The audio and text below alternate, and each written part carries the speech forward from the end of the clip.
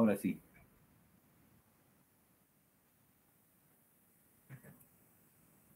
Ahora sí, ¿escuchan todos? Sí, doctor. La siguiente, por favor. Bueno, las hernias de pared abdominal son la segunda causa de cirugía general en los adultos. Ustedes deben conocer personas, amigos, familiares que han tenido y han sido operados por una hernia. Las laparotomías ocasionan el 21% de las hernias incisionales. O sea, del 100% de laparotomías, casi el 20% se hernian. Y a los 10 años, a los 20 años, casi todas van a presentar un proceso de herniación, ya sea grande, pequeño. Las hernias de pared se definen como la protrusión anormal de las vísceras o grasa preperitoneal a través de un defecto congénito o adquirido de la pared. El requisito para que no se produzcan es la integridad de los tejidos. La siguiente. Las causas pueden ser hereditarias o congénitas. Las hereditarias, el 25% de las personas que presentan una hernia tienen también antecedentes, tienen la presencia de un tipo de hernias. ¿Y cuáles son los coadyuvantes? Uno puede tener la predisposición para presentar una hernia, pero la maternidad repetida, la obesidad, la desnutrición, la senectud, cirugías previas, los aumentos de la presión intraabdominal son las causas coadyuvantes para que aparezca una hernia. La siguiente. Entonces, las hernias se clasifican en hernias diafragmáticas, anteromediales o ventrales, las posterolaterales son las hernias lumbares, de la región inguinal, las pelvianas, las hernias internas y las eventraciones o las hernias que son incisionales, postincisionales. La siguiente. Fíjense en este cuadro cuál es la frecuencia, sin tomar en cuenta la hernia incisional, que es el 18, ya dijimos 18 a 21%, en este estudio es el 18%. Fíjense, casi el 60% son las hernias de la región inguinal, ¿no? Después vienen las epigástricas, las hernias umbilicales, que también son frecuentes, las hernias inguinales bilaterales y la hernia lumbar, que no alcanza al 1%. Pero lo importante de este cuadro es que el 60% son las hernias de la región inguinal. La siguiente. Aquí está la conformación, la anatomía quirúrgica de la pared abdominal. Fíjense que nosotros tenemos una caja torácica que está sostenida por la columna vertebral, pero en la pared, en la parte abdominal, tenemos una serie de músculos que los vamos a ver aquí, una parte anterior y posterior. La siguiente. Y los músculos son los rectos, anteriores, lumbares, ¿verdad? Por favor. Y fíjense que son los músculos los que van a formar la pared abdominal y van a formar una cavidad aquí, reforzándola. La siguiente.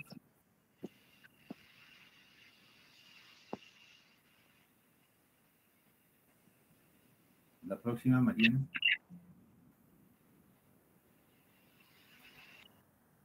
Hemos visto los rectos abdominales, después los transversos del abdomen, que son anterolaterales. La siguiente. Y la vaina de los rectos. Fíjense este tejido celular subcutáneo, los rectos, ¿no? Que van a englobar aquí los músculos rectos abdominales, son las vainas, ¿no? Y los músculos laterales, que van a formar toda la pared anterior del abdomen, la siguiente. Después tenemos el diafragma, que es un músculo ancho, plano.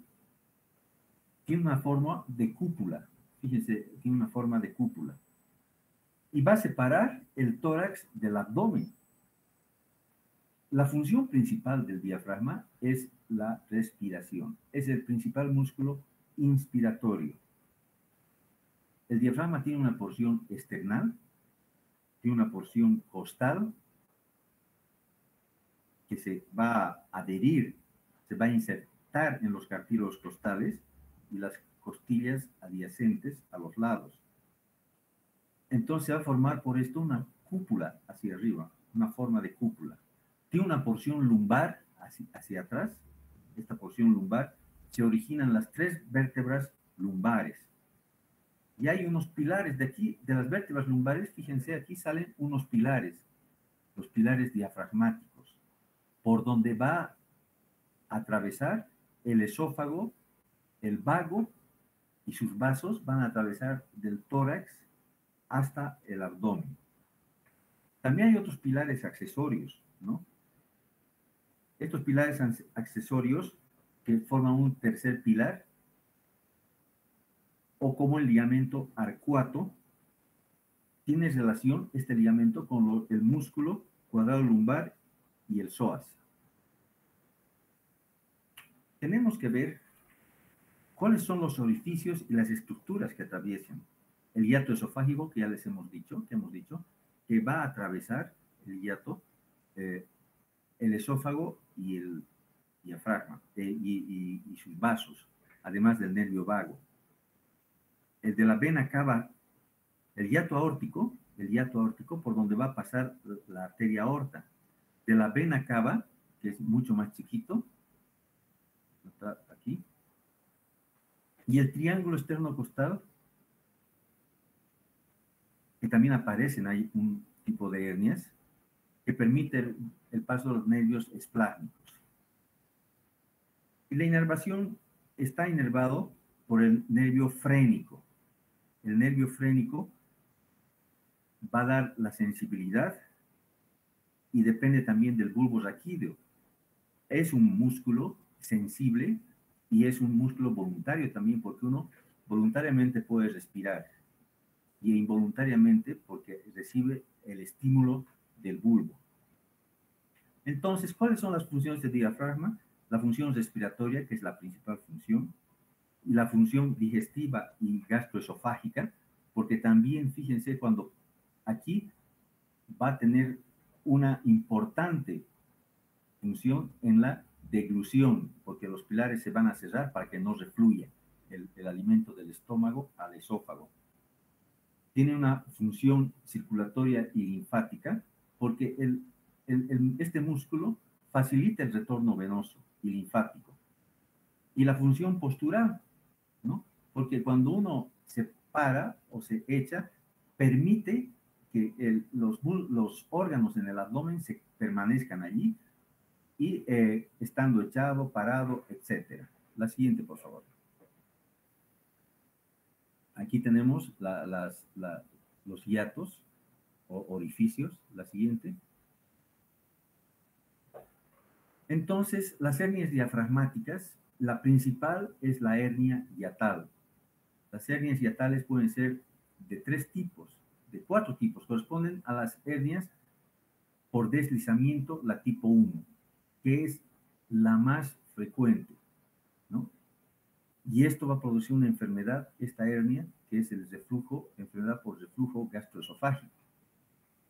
El reflujo, porque refluye el contenido abdominal hacia el esófago. Las hernias tipo 2 o paraesofágicas son aquellas en las que la unión gastroesofágica se encuentra en el abdomen y lo que asciende es la parte lateral, es el fondo gástrico. Está permanente en la parte abdominal la unión gastroesofágica, pero el fondo es el que se hernia.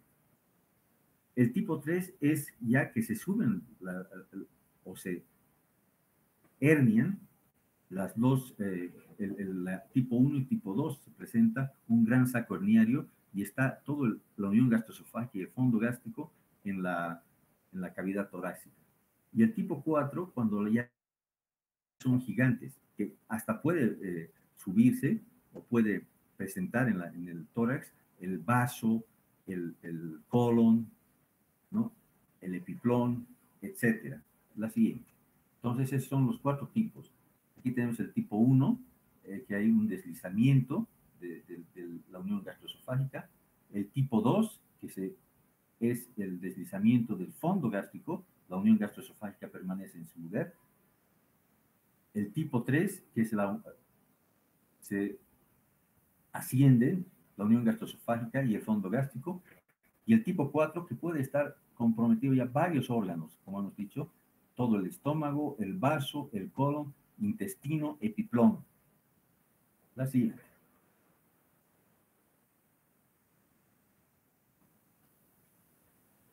Entonces, cuando hay un agrandamiento, digamos, del hiato esofágico, entonces se produce una incompetencia aquí y se asciende. Esta hernia tipo 1 es la más frecuente y es de resorte quirúrgico. Tiene su saco, ¿no? Y tiene su contenido. Ya hemos dicho que puede ser la hernia el tipo 1, tipo 2, cuando asciende también el fondo gástrico, y tipo 3 cuando asciende toda la unión gastroesofágica más el fondo, y tipo 4 cuando ascienden otros órganos. La siguiente. Esta es la hernia tipo 2. Fíjense, está el estómago, todo el fondo gástrico está herniado y la unión gastroesofágica está prácticamente en su lugar. La siguiente. Esta es la hernia tipo 3, que sube la unión gastroesofágica y el fondo gástrico. Asciende hacia el tórax. La siguiente. Entonces, por supuesto que cuando tenemos este tipo de hernias, vamos a tener una serie de síntomas que son típicos. La pirosis, ¿no? El ardor, la regurgitación. El paciente come y regurgita el alimento. Disfagia, dolor al tragar, o no puede, hay obstrucción, o iodinofagia, dolor al tragar. La siguiente. Y también puede haber otras manifestaciones como dolor torácico, ¿no? El paciente puede tener manifestaciones a nivel del sistema otorrinolaringológico, laringitis, tos, respiratorias, porque como el paciente tiene regurgitación, puede defluir el alimento o el jugo gástrico a la vía respiratoria.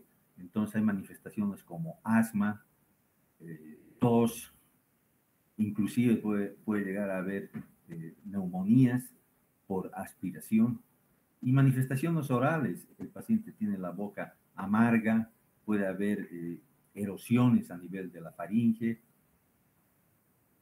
etcétera. Entonces, esas son las manifestaciones.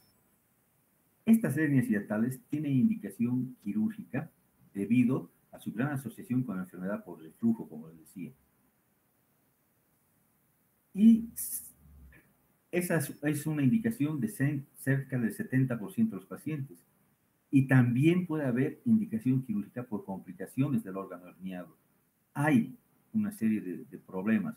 Por ejemplo, se puede torcer el estómago y se puede necrosar. Puede subir el colon adentro y se puede necrosar. La siguiente, por favor. Entonces, esas son las indicaciones quirúrgicas. Y hay unas clasificaciones endoscópicas de las hernias hiatales, la clasificación de Savary Miller, que se las menciono. Cuando hay tipo grado 1, cuando hay una lesión única, exudativa, ¿no?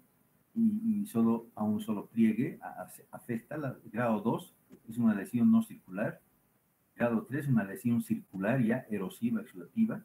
Grado 4, lesiones crónicas como úlceras, estenosis, esófago corto, que puede estar asociado también a otro tipo de lesiones. Y el grado 5 ya es cuando presentamos el epitelio de Barrett. El epitelio de Barrett es la invasión. Ustedes saben que cuando se produce una ulceración, una erosión, el organismo trata de reparar, pero no repara con el epitelio esofágico, sino se presta el epitelio del estómago y repara eso. Entonces, esa es una metaplasia, y esa metaplasia se llama esófago de Barrett. La metaplasia, o el epitelio de Barrett, en este caso, se considera como un epitelio precanceroso, porque como no es de su lugar, puede degenerar. Entonces se forma primero una metaplasia, después puede pasar a displasia, y es una displasia de bajo grado cuando no es todavía una lesión maligna, pero cuando ya es de alto grado ya se considera un cáncer. Entonces, esa es una de las indicaciones también de operar una hernia hiatal. La siguiente. Otra clasificación es la clasificación de Los Ángeles, que tiene diversos grados, desde las lesiones de la mucosa, que son menos de 5 milímetros, hasta cuando hay muchas lesiones, el grado B, C, el grado D, cuando hay que van a ser a más del 75% de la circunferencia. La siguiente.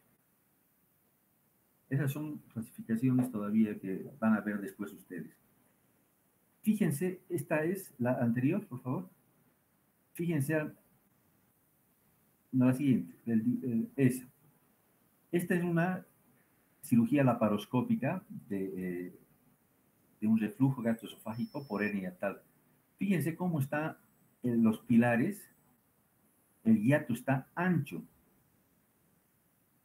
Y a la derecha está el esófago, el esófago. Entonces, por aquí, como hay una presión negativa en el tórax, puede ascender la unión gastroesofágica por aquí.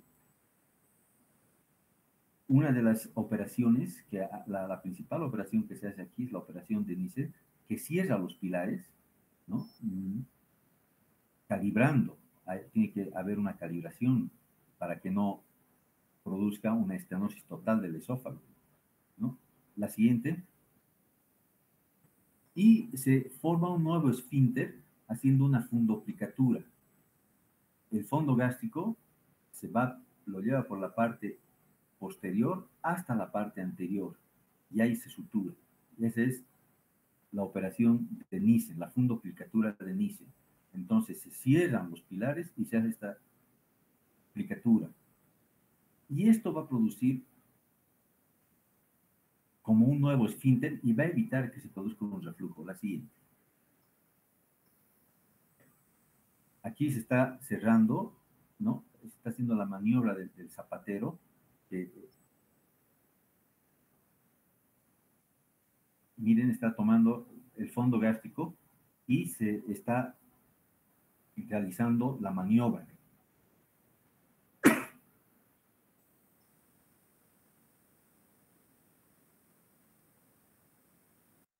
Perdón. Entonces se desliza por detrás del esófago el fondo gástrico y esa es la maniobra de zapatero. La siguiente. Entonces aquí se está cerrando, está haciendo la fundoplicatura y aquí se está terminando. La siguiente. Y también vean el control endoscópico. Aquí está el nuevo esfínter, ¿no? Endoscópicamente esto se ve abierto, pero ya aquí tenemos el nuevo esfínter que va a ser el esfínter, el nuevo esfínter de la unión gastroesofágica, va a impedir que los alimentos, la bilis, el jugo gástrico refluya y queme el esófago. La siguiente. Los otros tipos de hernias diafragmáticas, tenemos la hernia de Bogdalet. La descripción original es el orificio entre la crura y la duodécima costilla. Es rarísima, ¿no? 1 por 1800 a 1 hasta 5000. Yo he debido ver en mi vida uno. Coexisten con otras anomalías. En niños tiene altísima mortalidad, sobre todo si son bilaterales. Y en adultos es poco frecuente. La siguiente. Esta es una hernia de Bogdalet. Fíjense que aquí ha ascendido una asa intestinal. Está ocupando el tórax. El paciente no puede respirar porque está tiene una disnea porque está ocupada el tórax, la siguiente. No hay el ángulo costofrénico izquierdo, ha desaparecido, y el pulmón está colapsado porque está aquí arriba, está ocupado totalmente por un asa intestinal, por el estómago, etcétera. La siguiente. Y después de la operación ya hay una resolución, ya está casi todo normal, ¿no? Aquí hay un poquito en el ángulo diafragmático hay un poquito de volamiento, pero eso no es grave. Fíjense cómo se ha curado. La siguiente.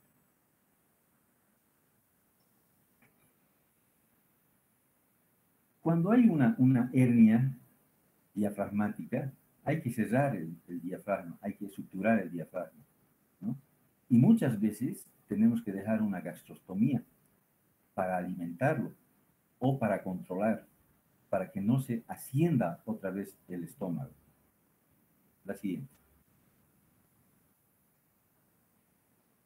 Otra de las hernias son las hernias de Morgagni, ¿no? Es un defecto de la cara anteromedial del diafragma y es infrecuente en el alumno, en el adulto. Entonces, es casi siempre un hallazgo incidental en el contexto de un estudio de un cuadro clínico inespecífico. Uno toma una radiografía, una tomografía y ve una pequeña hernia de Morgagni. La siguiente. Entonces, aquí vamos a ver el foramen o el orificio de Morgagni, el foramen de Larry, y al centro es la porción external que decíamos al principio, ¿no? Entonces, por aquí puede pasar una hernia, atravesar generalmente es el epiplón, a veces es asintomático, pero cuando el epiplón ya empieza a sufrir, ya tiene síntomas muy dispersos y esos un poco probables, pero como ahora tenemos métodos diagnósticos tan eh, avanzados como es la tomografía, la resonancia, entonces el diagnóstico puede llegar a realizarse con estos estudios. La siguiente. Entonces, como les decía, la tomografía es el examen no invasivo más certero para el diagnóstico. Ha habido abordajes transabdominales y transtorácicos, pero cuando hay el diagnóstico claro, ¿qué se va a herniar? Se va a herniar un órgano, una parte de la cavidad abdominal como es el epiplón. Entonces es mejor a veces el abordaje abdominal, ¿no? Fíjense que el contenido del saco, el 92% era epiplón, también puede haber colon, estómago, intestino, duodeno, pero eso cuando se complica es muy grave. Y la cirugía ya ahora se hace por vía laparoscópica, por si identifica. La siguiente.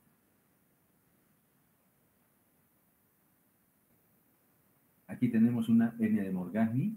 Se le ha dado contraste al paciente y fíjense, se ha identificado la hernia en una radiografía. La siguiente.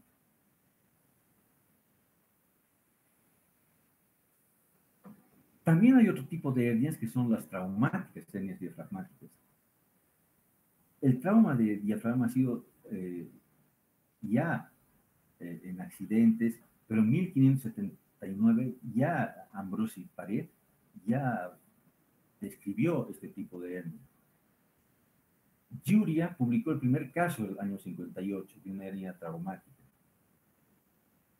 Entonces, en un accidente automovilístico, las hernias diafragmáticas se producen entre el 1 y 15% de los accidentes. Y en las heridas penetrantes abdominales por arma blanca, por arma de fuego, ya llegan hasta el 15%. El 70%, la hernia diafragmática traumática, se presenta en el lado izquierdo, ¿no? Y esto es porque el hígado impide la herniación de los órganos por el lado derecho, protege el diafragma derecho. La siguiente. Entonces hay dos mecanismos de aparición o de etiología de este tipo de hernias. La hipertensión abdominal brusca, ¿no? Cuando, por ejemplo, en un choque, se aplasta, se produce un aplastamiento del estómago y hay una hipertensión abdominal que va a producir un desgarro del diafragma. Y hay zonas de resistencia, como hemos visto, de baja resistencia, y por ahí va a aparecer la hernia, o se va a desgarrar cuando hay asociado una fractura costal, lumbar, o de los cartílagos, ¿no? Entonces produce un hundimiento lateral de la fascia costal, y lo que condiciona un desgarro de las inserciones, y por ahí va a ascender alguna víscera abdominal. Pero también no solamente se produce una hernia diafragmática, se asocia a otro tipo de lesiones, como una contusión pulmonar, fracturas costales, un tórax volante, un trauma esplénico, ¿no? Y también un trauma cráneoencefálico. O sea, el paciente politraumatizado es un paciente grave. Y cuando hay un trauma tóraco-abdominal, tenemos la obligación de descartar una hernia diafragmática traumática, la siguiente. Entonces, las hernias diafragmáticas traumáticas son el 3% de todas las lesiones abdominales, ¿no? La etiología son lesiones penetrantes o contusas. Y hemos dicho que el 75% se presenta en el lado izquierdo, 23% también en el lado derecho, y solo 2% pueden ser bilaterales. La siguiente. Las armas de fuego, las armas punzocortantes, esas son las más frecuentes en asaltos, en conflictos de guerra, etc., ¿no? Y las contusas, el 33%, casi siempre en accidentes automovilísticos y en caídas de altura. La siguiente. En caso de las heridas penetrantes, la lesión es provocada por la acción directa del agente agresor sobre el diafragma. En estas circunstancias, el daño es directamente proporcional a la velocidad y energía cinética del proyectil.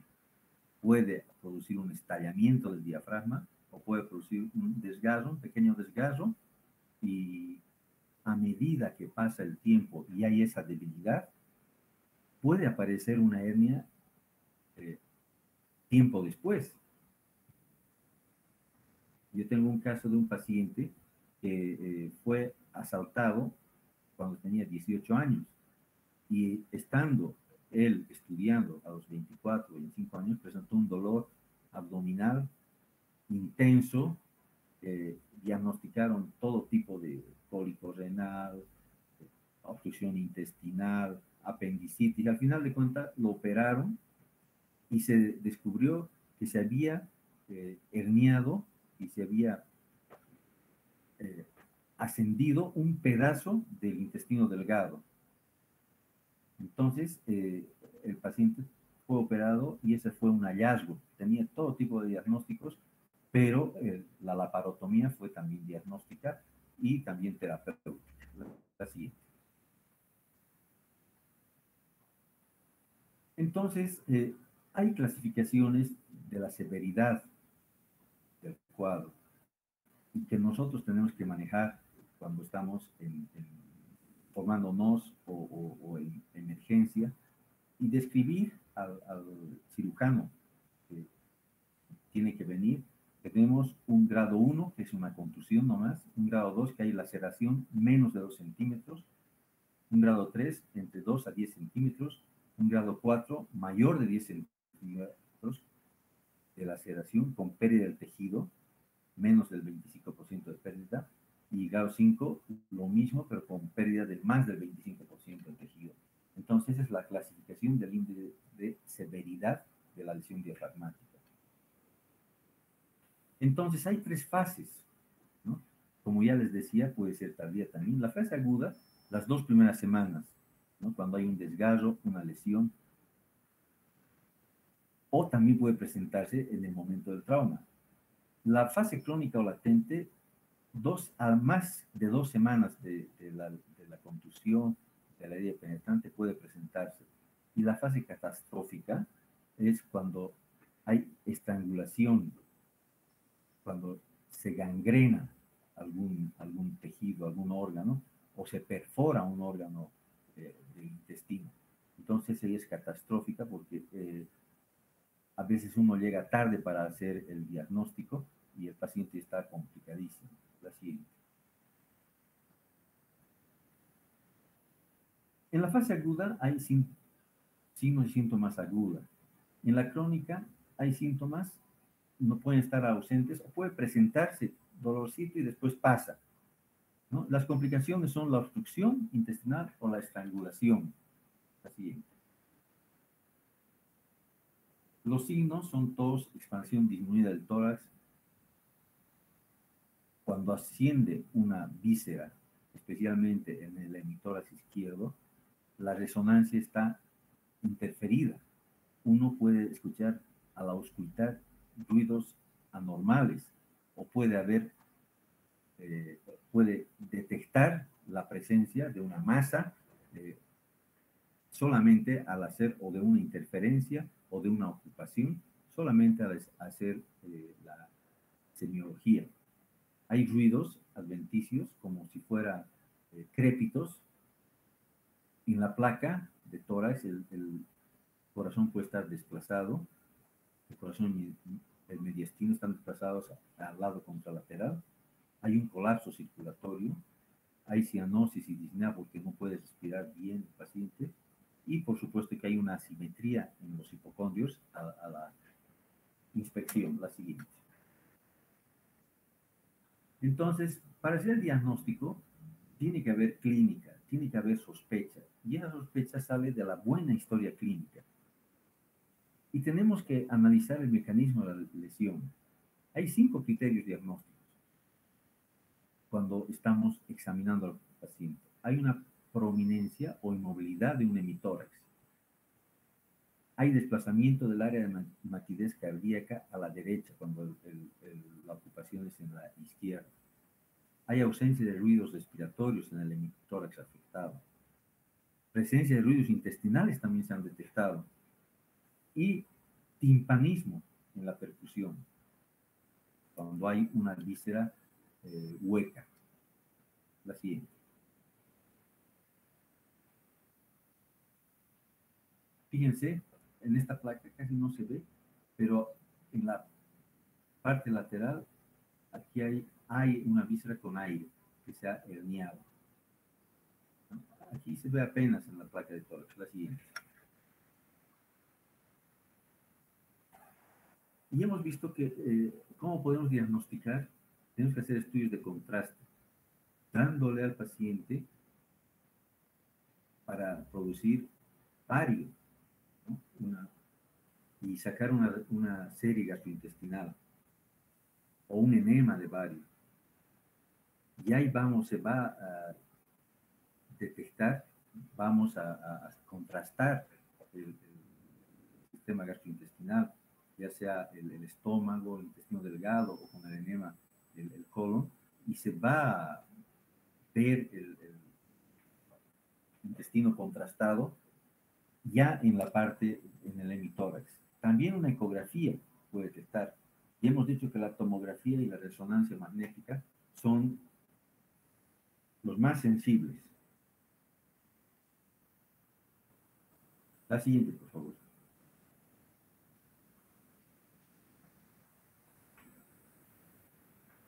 También hay métodos invasivos para diagnosticar. Podemos producir un neumoperitoneo y sacar una radiografía y saber el aire también en el hemitórax. Se puede hacer un lavado peritoneal diagnóstico para diagnosticar. Se hace una punción al abdomen, se introduce el líquido, se aspira el líquido y se puede ver si hay residuos alimenticios, si hay alguna contaminación. También puede ser la laparoscopía como un método invasivo o la toracoscopía para diagnosticar la lesión diafragmática.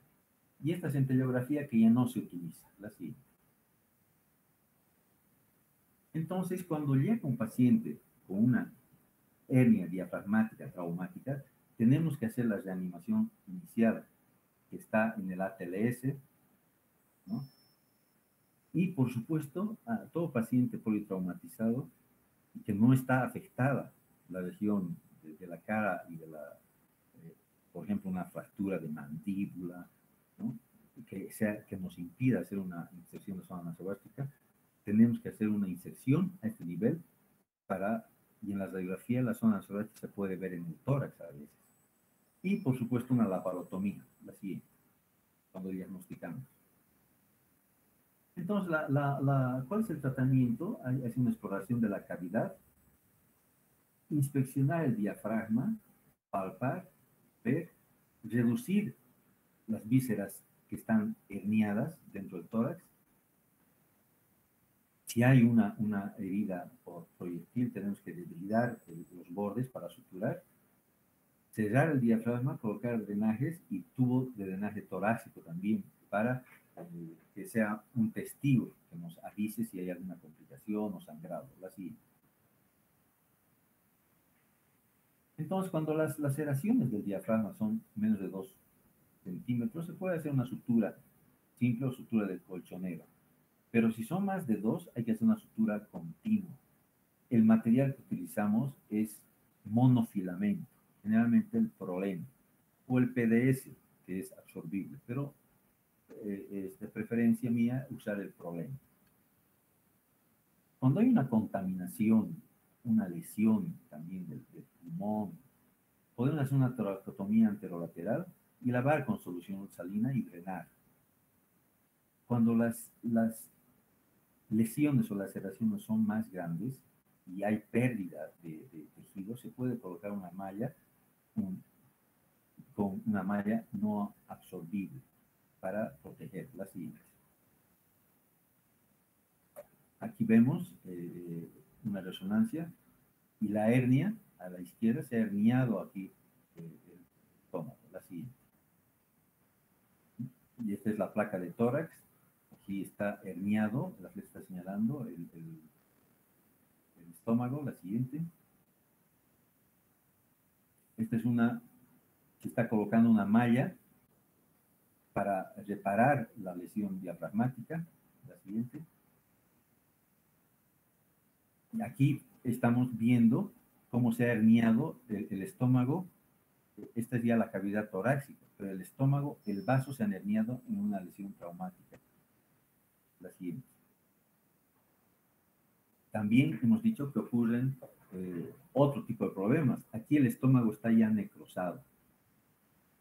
Ha estado rotado, torcido, sin irrigación y se ha necrosado y hay que hacer una gastrectomía. Muchas veces una gastrectomía total y reparar con una anastomosis de Y1 esofágica, etcétera, la siguiente. Y esta es la colocación de una malla absorbible, una malla especial que no se pega a las vísceras, porque había una pérdida de sustancia o de tejido en el diafragma. La siguiente. Otemia diafragmática, donde está todo el estómago en el hemitórax izquierdo. La siguiente. Fíjense que aquí ha ascendido también una víscera, que es el estómago, ha ascendido y está ocupando todo el hemitórax. La siguiente. Esa es una resonancia. Y estas son el doctor Rapoport, que ha venido con el doctor Castillo a operar con nosotros, especialista en hernias. Listo. ¿Tienen alguna pregunta?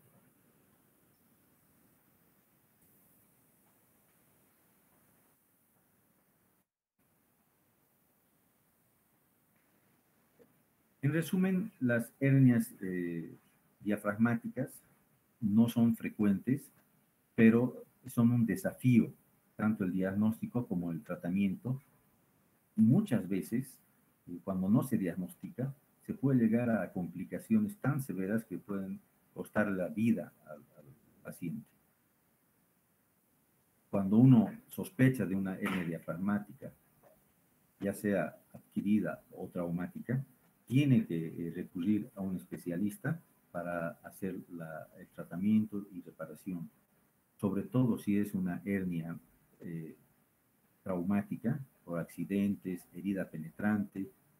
Sobre todo en ese sentido hay que hacer una cirugía rápida, ¿no? Hay que avisar rápido y es una urgencia porque está corriendo la vida, peligro del paciente.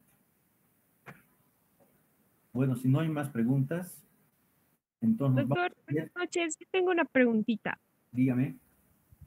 En el caso de las hernias hiatales, ¿siempre se hace lo que es una fundoplicatura o depende? No, hay muchas técnicas que se han ido probando, eh, pero en una hernia tal, dependiendo del tipo de hernia, casi siempre hacemos la operación de Nissen. Puede ser un Emi-Nissen, una técnica de Collis, pero que la que mejora el resultado es la fundoplicatura de Nissen. Las más frecuentes hernias hiatales son las tipo 1 por deslizamiento, menos frecuentes la tipo 2 y aún menos la tipo 3. En todas esas se hace una cirugía por videolaparoscopía con muy buenos resultados, pero por supuesto que estas hernias tienen también una capa peritoneal. Ese es el secreto. Hay que reducir esa capa peritoneal hasta el abdomen. Y a veces hay muchas dificultades en ese sentido. Está bien, doctor, gracias. ¿Alguna pregunta más?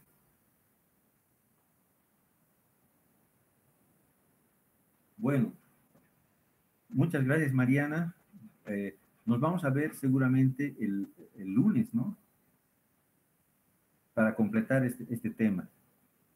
Vamos a ver las hernias inguinales y abdominales. Yo les voy a...